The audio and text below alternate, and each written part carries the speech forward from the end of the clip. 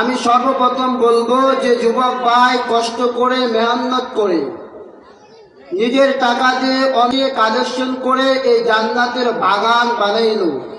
আল্লাহ পাক রব্বুল আলামিন এই এলাকার প্রত্যেকটা যুবক ভাইকে এজন্য জীবনের গুনাহ খাতা মাফ করে দেন, সকলে বলি আমিন। আল্লাহ পাক রব্বুল আলামিন এই যুবক ভাইদেরকে খাস করে দ্বীনের খেদমত মৃত্যু পর্যন্ত যেন করতে পারে, এই জন্য আমরা প্রত্যেকেই দোয়া করি, সকলে বলি আমিন।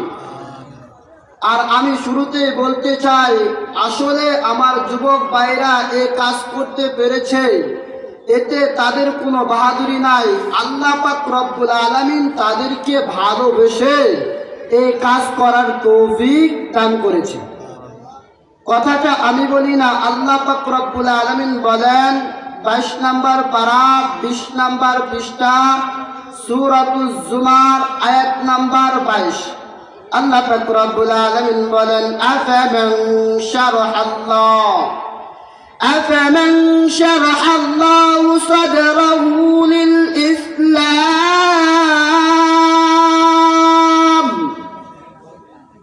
লিল ইসলাম ফাহুয়া আলা নূরিন মির রাব্বিহি ফাওয়াইলুল লিল কাসিয়াতি কুলুবুহুম মিন যিকরিল্লাহ উলাইকা ফি দালালিন মুবিন।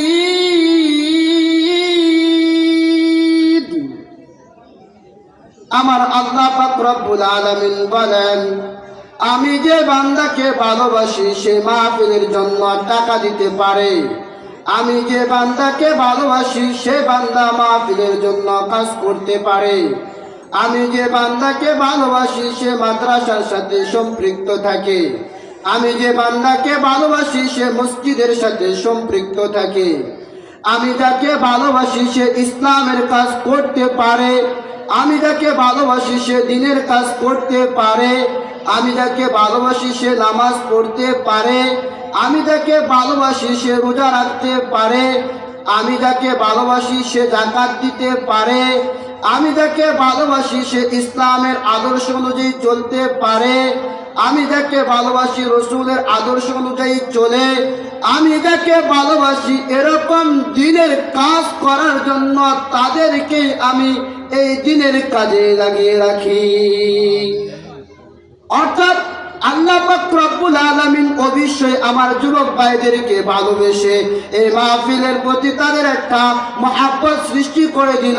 উলামায়ে কেরাম আসবে, এলাকাবাসীদেরকে দ্বীনের দাওয়াত দিবে, ইসলামের কথা বলবে, রসুলের আদর্শ সম্পর্কে বলবে, আল্লাহ এক, তার কোনো সমকক্ষ নাই, এই সম্পর্কে বলবে।